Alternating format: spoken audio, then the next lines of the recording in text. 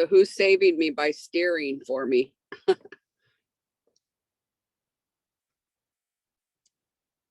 Is that you, Jess?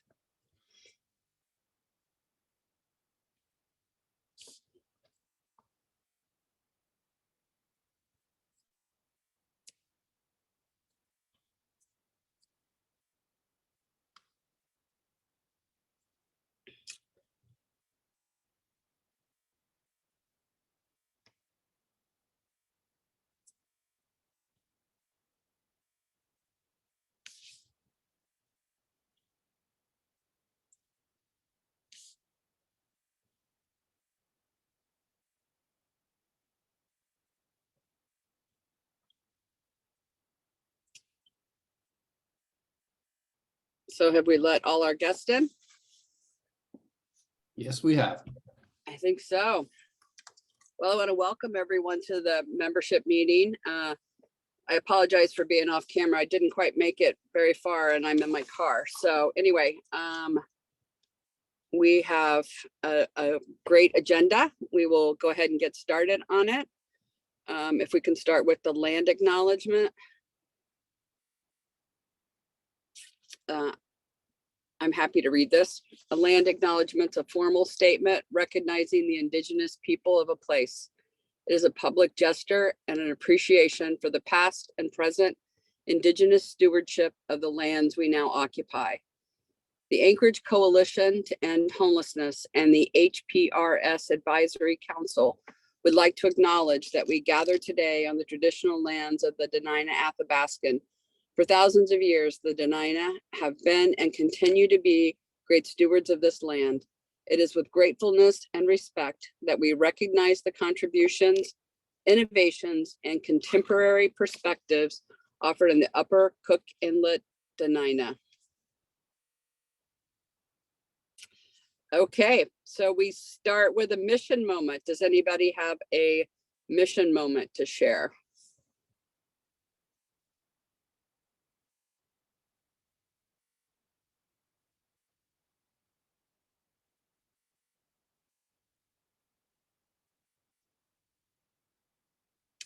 I think I have a unique mission moment.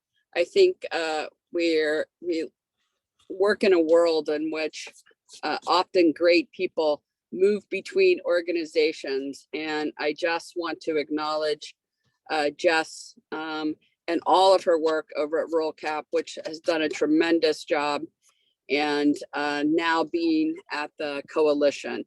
So thank you for your continued work. And I'm glad that we didn't lose you to someplace else.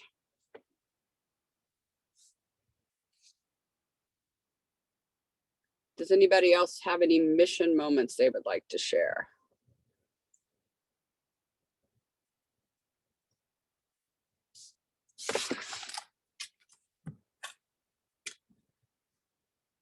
Okay.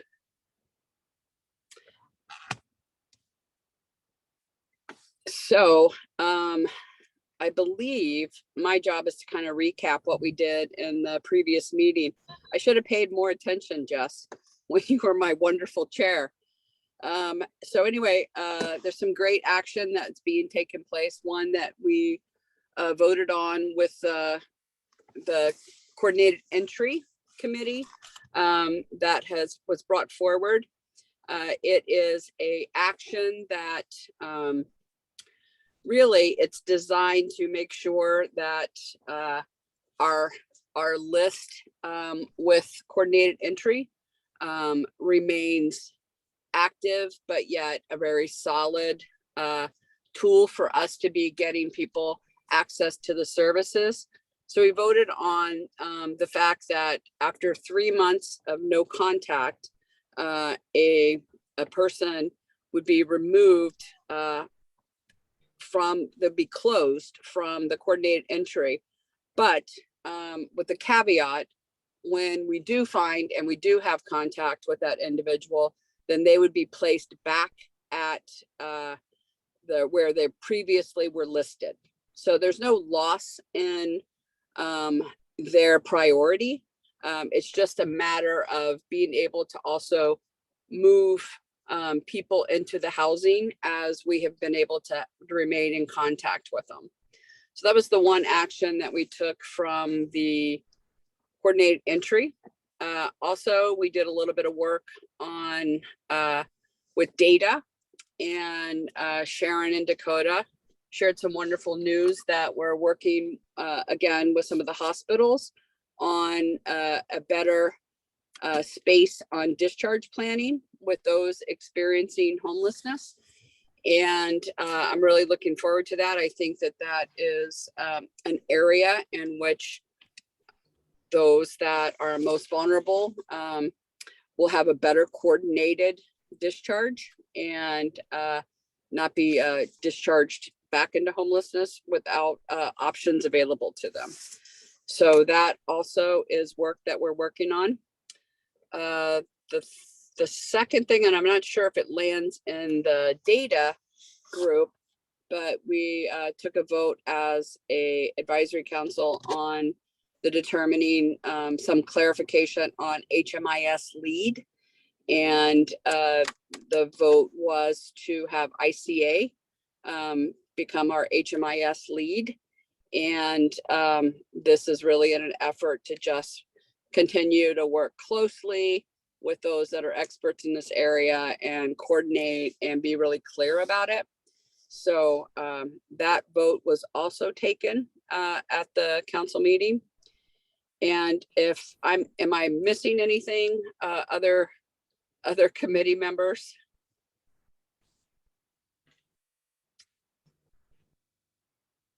I don't think so. I scribbled notes furiously on my napkin. You're doing a great job, Allison. I think you covered it all. So next, I would like to ask Jess to give a Jess or Taria to give a update, government updates or operational updates on a coalition report. You, Allison. For anyone who does not know me, I know we have a bunch of people on right now that are not members of the advisory council, so you might not know me. My name is Jessica Parks, and I am newly the Chief Operating Officer here at ACH, and I'm really happy to be here and give this update for ACH. For government updates, I'm going to run through some state, local, and federal updates and items to keep an eye on. At the local level, you may know that there is an assembly formed sanctioned camping task force and behavioral health task force. Those groups have been meeting well underway, and there is a resolution that will be introduced June 6th at the assembly meeting that is introducing the findings and ideas from the sanctioned camping task force. That's available out on the assembly website if you're interested in reading through that, and it will be introduced, as I said, at the June 6th assembly meeting. At the assembly meeting earlier this week, there was just over $3 million appropriated. These came out of the first quarter budget revisions for the municipality. So there's funding in there to support the 3rd Avenue Resource Center, as well as Brother Francis and Complex Care Facility. There's some funding for Providence to support the standing up of the Crisis Stabilization Center, Covenant House supporting the day shelter for those transitional age youth, and the Anchorage Affordable Housing and Land Trust to support some operations at those sites that they are operating. And if you didn't have a chance to watch the meeting yesterday, that was the Assembly Housing and Homeless Committee meeting, there were some wonderful updates by providers and recipients of the various municipal investments in housing and homeless services over the past few years. Going all the way back to the CARES Act funds, up to this funding that was just awarded the day before. So it was wonderful to hear those updates from our partners and providers and hear the wonderful things that they've done with the funding and the new things that they have planned with upcoming funding. Also on the June 6th agenda will be a resolution asking for funding to finish out the Tudor and Elmore Navigation Center and Shelter. So that will be out for public hearing on the June 6th meeting, and then also an appropriation for just over $700,000 to bring the Golden Lion improvements up so that that can be opened up as a housing facility as well. Last on the local updates, there were some introductions to some Title 21 updates, which are the land use code for Anchorage, and they're set for public hearing in late July. But I strongly encourage anyone who is interested in housing development and how that might affect the services that we provide and make it easier for developers to be able to build more affordable housing. Those are some really exciting changes that were put forward.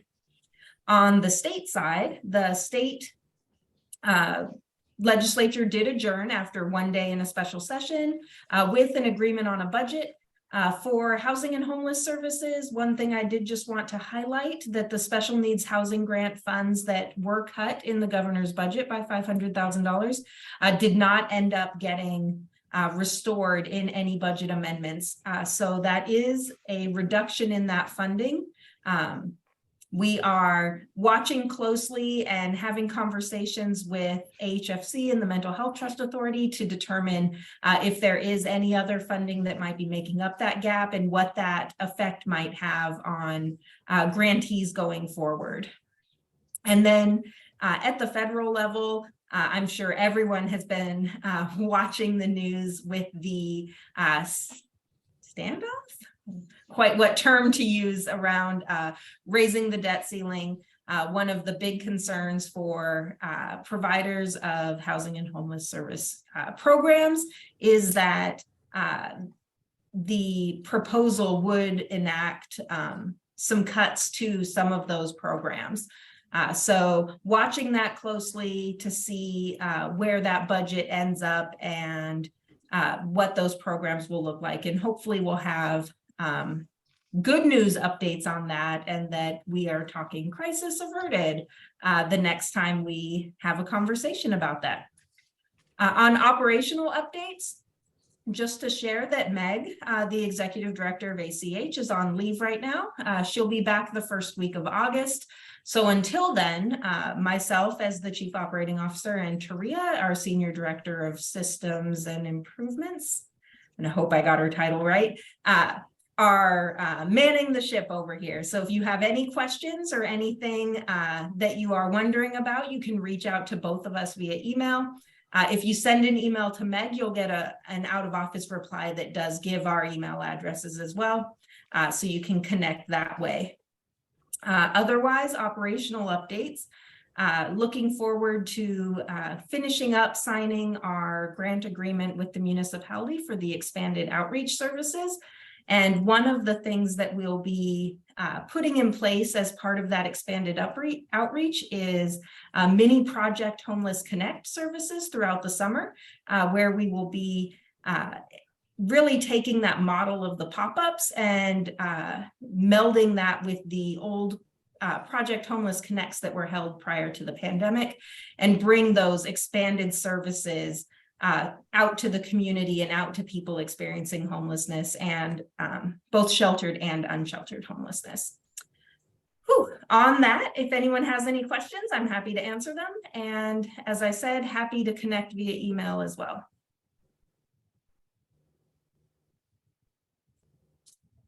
I think you did a great job, Jess, on your first. Again, next time, Thanks, Allison. next time I'm going to pay more attention. So the one thing that I will say is that I forgot to mention that we have 5 vacant seats on the advisory council that we're actively recruiting for. To date, we've received 3 applications. Somebody might need to help me. All I remember actually is Dave Kuiper. If somebody can help me mention the other 2 applicants that have submitted. I can pull those up in just a second. Okay. So please feel free to reach out, nominate someone, nominate yourself. We're actively looking and would welcome your participation in the advisory council. So while they're looking that up, I think it's time that we go ahead and let Dakota do some presentation on the HBA data outcomes. Thank you, Allison. Good afternoon, everybody. Thank you so much for joining us today. My name is Dakota Orm. I am the Healthcare Integration Director here at the Anchorage Coalition to End Homelessness. And today I'll be going over some really awesome outcomes from the first year and a half of our highly vulnerable adult case conferencing. So this will be from September of 2021, which feels like 10 years ago, to March of this year. So to give a little background before we begin, this pilot, this case conferencing began out of the healthcare and homelessness pilot and has become a permanent part of our case conferencing structure. And it really was a recognition of a need that a lot of our unhoused neighbors have. And this case conferencing is for adults who are medically fragile, and it offers a pathway to apply for home and community-based waivers through the state, and also processes for obtaining wraparound services once housed, like personal care services, so that individuals can maintain safe and sustainable housing in places like an assisted living facility or in their own apartment, but with that extra care.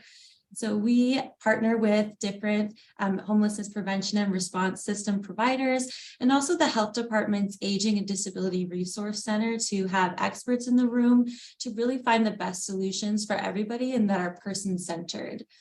So we can go ahead to the next slide.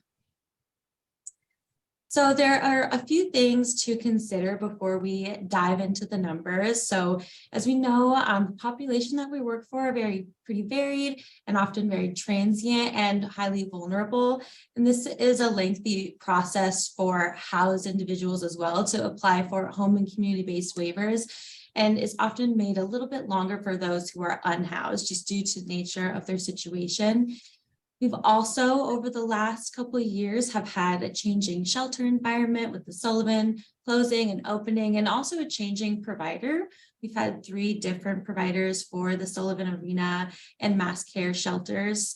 And with that, we had a loss of a lot of case managers, experiencing a lot of high turnover in case managers due to the changing provider, and also sometimes the difficult nature of being a case manager.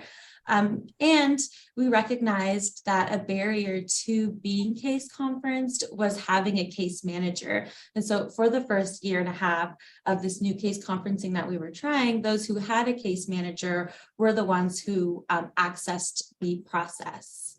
So we can hit the next slide.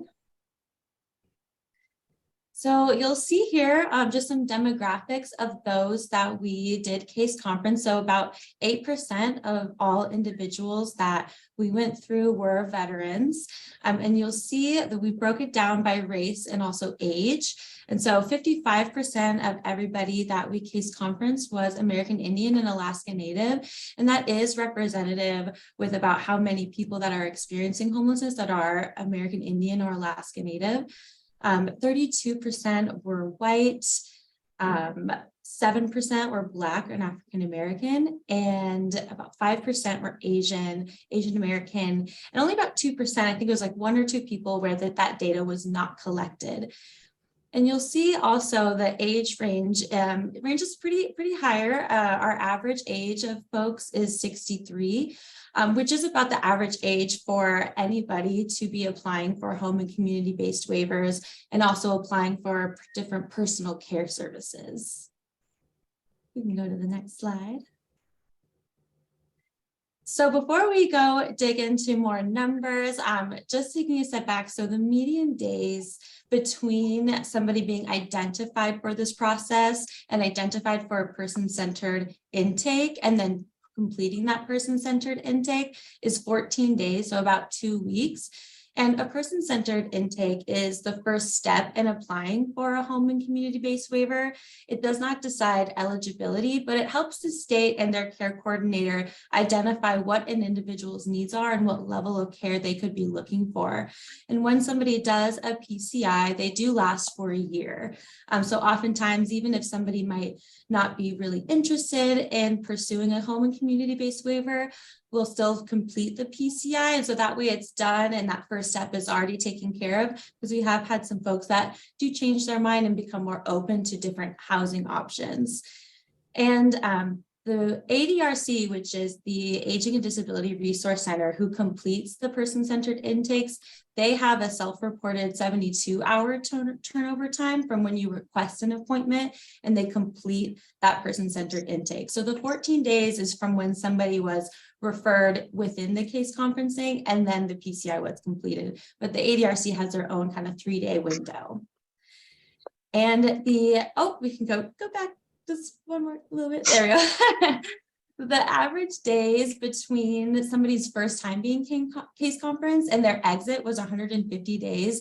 And we found that this was actually in line with the community at large. So people that were housed as well, about when they start the application process for a home and community-based waiver, it takes a few months before they get an outcome and move into like an assisted living facility.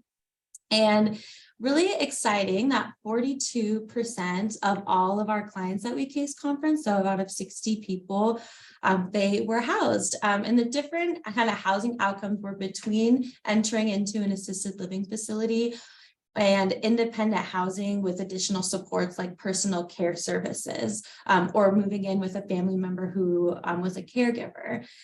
But you'll see we have different outcomes as well. So some folks were still kind of ongoing conferencing. It takes a while.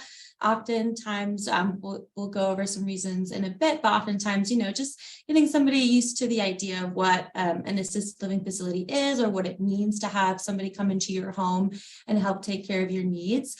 We have had a few clients that refuse the process, and that takes some time before we decide to kind of remove them from this list, because sometimes somebody will refuse the first time, but on that second or third conversation, they might change their mind. So they've got to refuse about a good 5 times before we're like, okay, we'll come back to you later.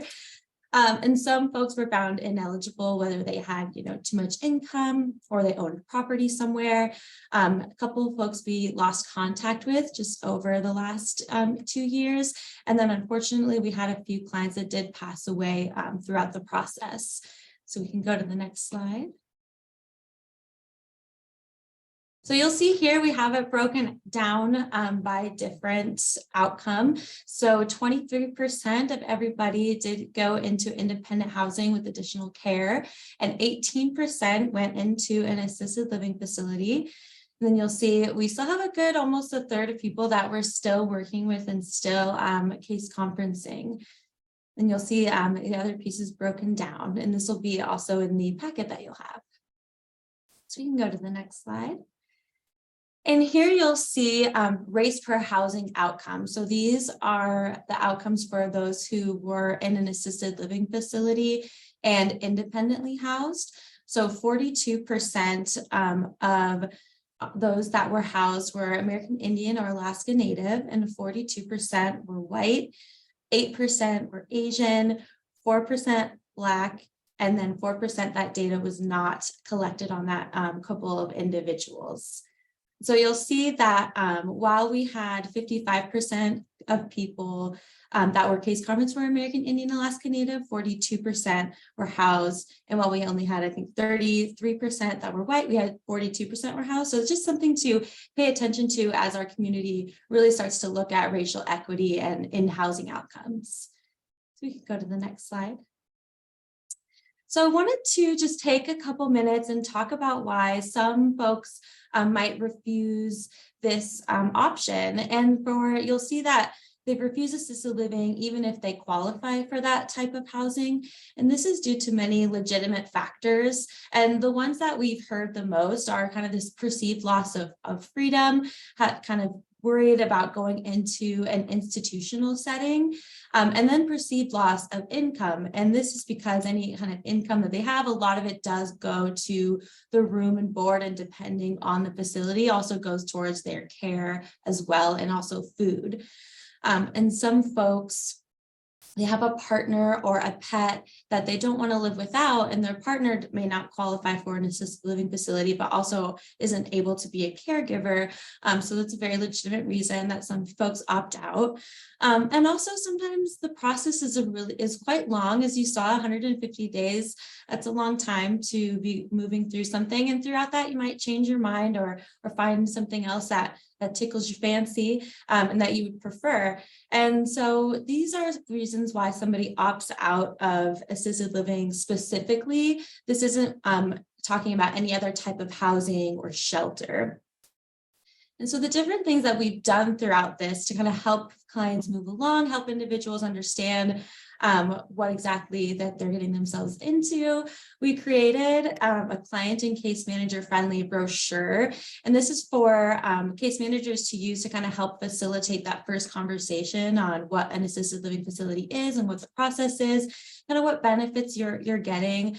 And also to be able to leave with the client to just kind of ponder, share out. And that has been really helpful in just understanding what assisted living facilities are, what living in a home means for both case managers and those that work in the system, but also the individuals who might be kind of looking to do this process.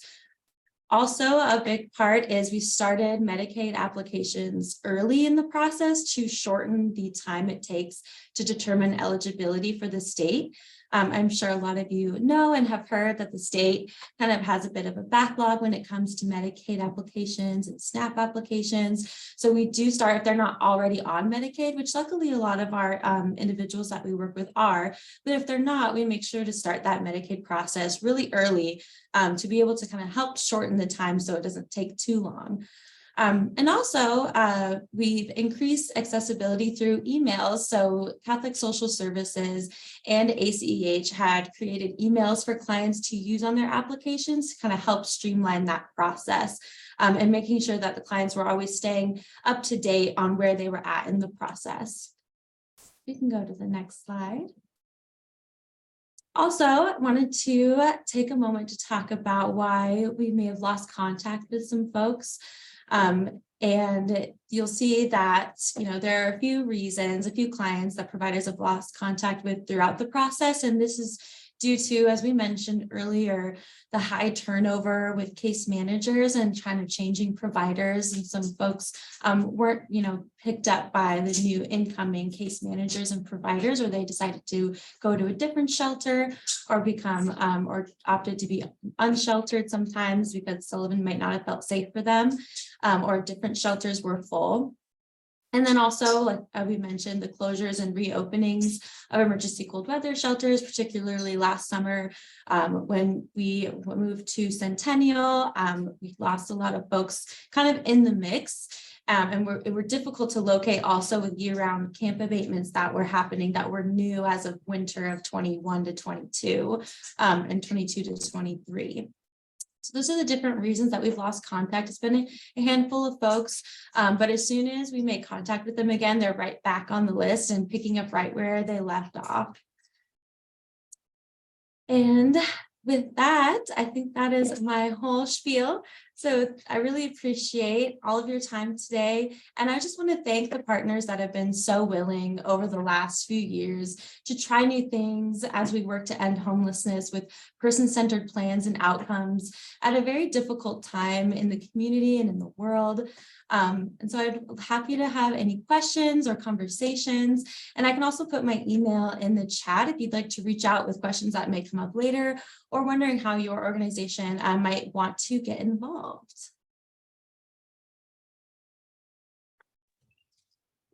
Dakota, thank you so much. That was very informative. Do we have any questions?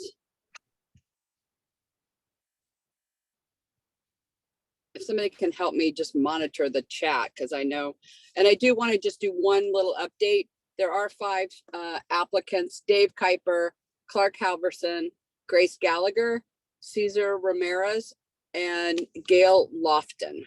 And also Jessica put some information in the chat about the advisory council.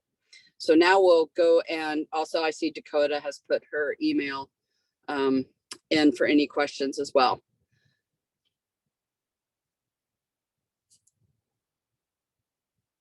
Now I might not be able to see hands raised, so if somebody can also help me with that, that would be great. You good? Everybody is hands down for the moment. You're helping me so much. Of course.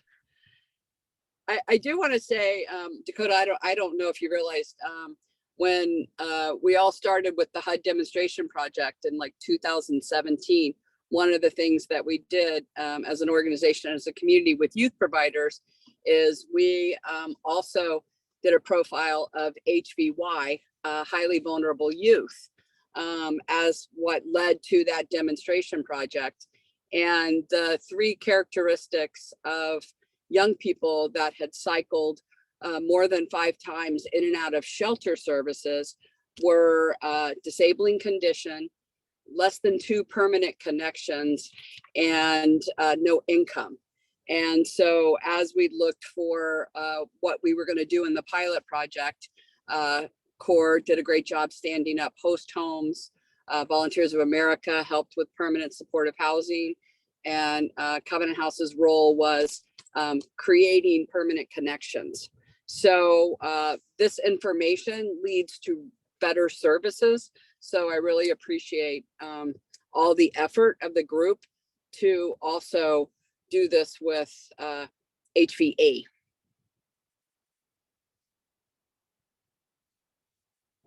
Thank you, Allison. Yeah, it's been a great process. And again, just thank you to the partners for always giving us really great feedback and just being really willing to try new things and become more person-centered as a system.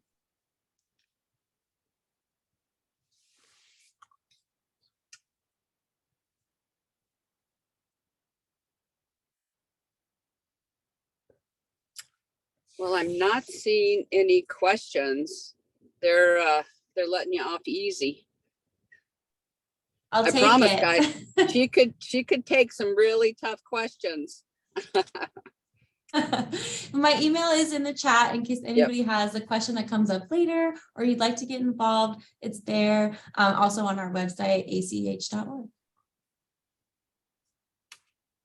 Okay, thanks, Dakota. Now, one of my favorite parts is some good news and some community events. So you can either unmute yourself, raise your hand. Now's the time to update us all on community events or some good news that's happening.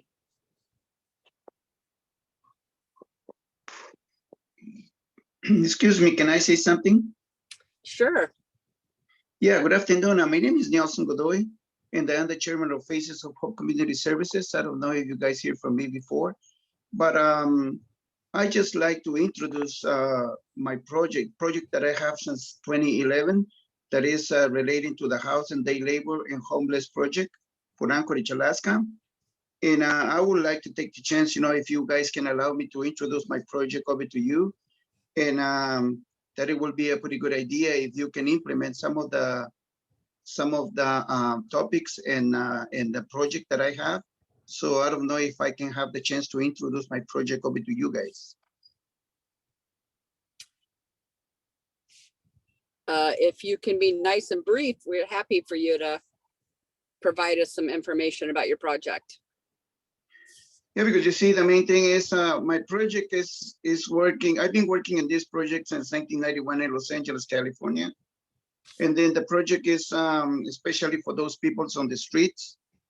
And that's what the project is decided for. And the vision is that we will try to alleviate homelessness of Anchorage most vulnerable individuals without suitable permanent or temporary employment in homes, primarily aloof natives and non-natives and low and lawful permanent residents of the United States with or without mental illness, drug addictions, and criminal records throughout a continuum services and discontamination and housing, enabling them to reach their highest level of self-sufficiency and to creating work opportunities, housing, and community integration. That's what basically the vision of the program. That sounds great. And I would be Yeah. more than happy, to introduce this project. I already sent them over to the Joe Biden administration, in which project has been implemented in Los Angeles by the new mayor. And then, but I would like to see, if this project can be implemented in Anchorage too, because there is several aspects, that I can put on it with homeless people on the streets only, not regular homeless, like you guys are working on. But this is for the people on the streets only. So can I ask you to put your contact information in the chat so that we can reach out to you and get maybe that scheduled to do a presentation? Sure. What I can do is I can email you my project over to you guys, and you guys can take a look at that one. If you like it, that's fine. If you don't like it, well, unless I introduce it over to you guys. Okay, Nelson, I'm gonna put our email info in the chat, and then you can just send us your information there, and we'll go from there. Sure, no problem. And then I will be able, I will be more than happy to help you guys in implementing this, because I believe this project works.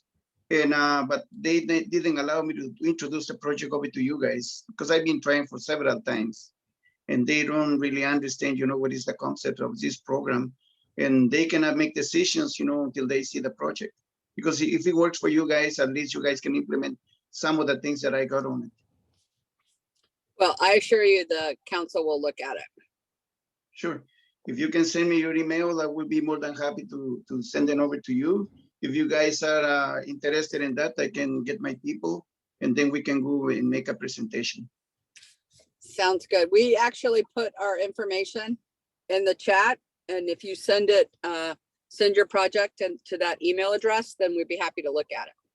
Okay, sure, there is no problem. So I will go ahead and do that. Thank you. And thank you for allowing me to speak.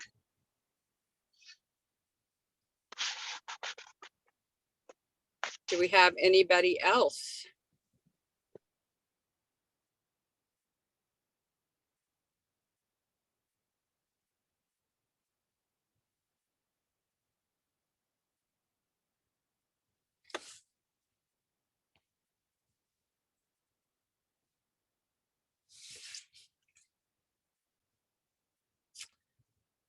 Okay. Sorry, Allison, this is Jessica. I wasn't very fast.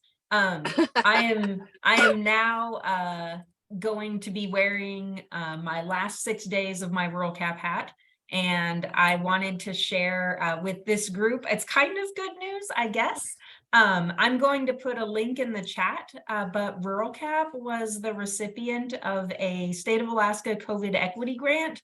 And part of that grant is that we are sub-granting out to other recipients around the state for projects that are focused on, trying to think of how to word it, basically focused on creating thriving communities in a post-COVID world. An interesting way to put it, but there's a lot of intersection, as we just heard from Dakota, with healthcare and housing and positive outcomes. And so I would strongly encourage anyone who might be interested to click on the link, read a little bit about the funding opportunity, and apply. The applications are open until the middle of June. And the funding pots, the floor and ceiling of the awards is a minimum of, I believe, $25,000 and a maximum of $250,000. So there's some opportunities there to do some really exciting things. It is one-time funding that will end June 30th of 2024.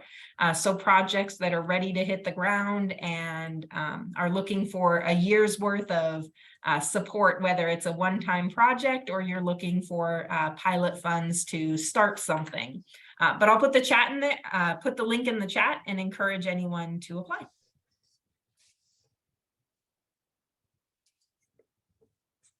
Thanks, Jessica. Thanks for wearing that last Rural Cap hat.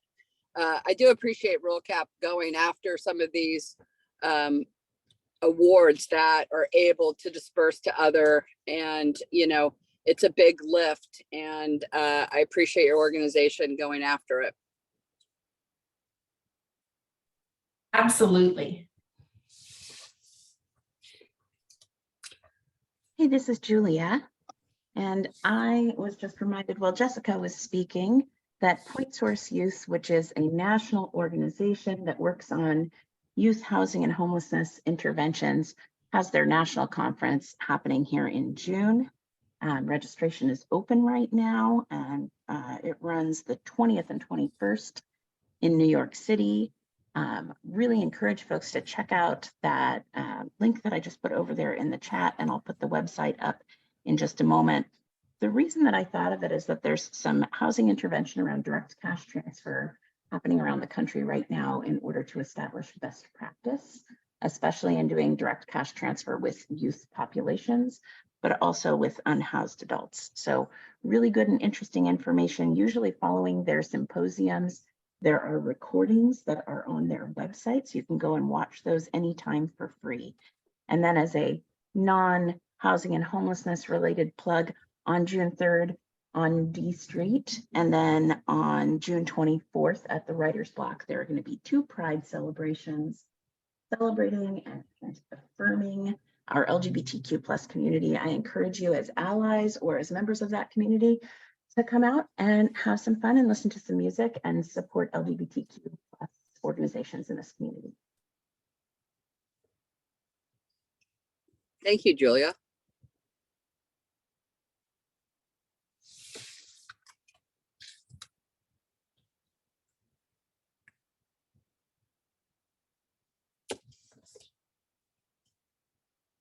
I'm giving that nice little pause so that if someone has something they would like, I don't want to feel like I'm rushing anyone. But they say patience is a virtue. But feel free if you have a good news or a celebration, you can also put that in the chat, and then this is recorded, and people will be able to then look back on it and participate. So next I'm going to go over a couple of advisory opportunities that we encourage everyone to participate in. The first coming up is June 7th from 5 to 11 p.m. is the regular assembly meeting, and it's at the Lusac Library. Also on Tuesday, June 6th, a little before that, from 4 to 5:30, the Hand Commission, which is meeting in 825 L Street, conference room 423, is going to be meeting. They meet monthly the first Wednesdays, and there is a Teams conference call link available. The next is Thursday, June 8th, from 12 to 1, the Advisory Council Executive Committee meeting. And we have in the chat info at HPRSadvisorycouncil.org if you want some more information on that. Then Tuesday, June 20th from 5 to 11, again, another assembly meeting at Lusac. The 21st of June, Assembly Committee Housing and Homeless meeting from 11 to 12:30 at City Hall.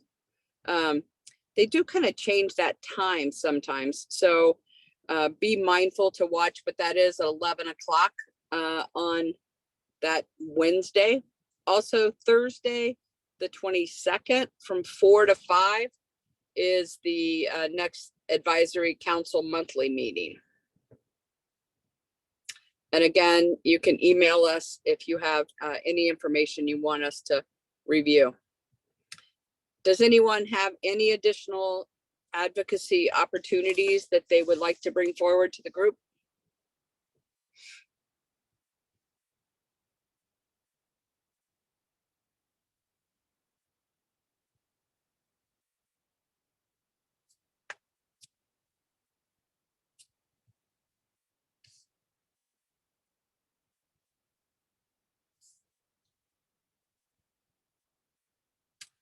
yes, thank you for all you do. And there is, you can see Be the Change 907.org for additional volunteer opportunities. Happy spring. Aren't we kind of getting into summer? But We're we'll holding on to spring. we're holding on to spring. It's, yeah, as it is a bit rainy out today. So anyway, although green is everywhere, we should be a little optimistic. So, but I appreciate everyone. And again, I apologize not being on camera. I'm not sure that you guys would want to see this. But anyway, thank you for participating. And if I don't hear anything else, I think I'm going to be giving everybody back 15 minutes of their day.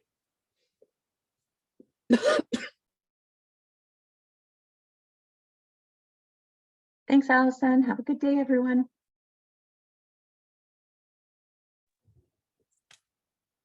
Everybody have a good day, okay?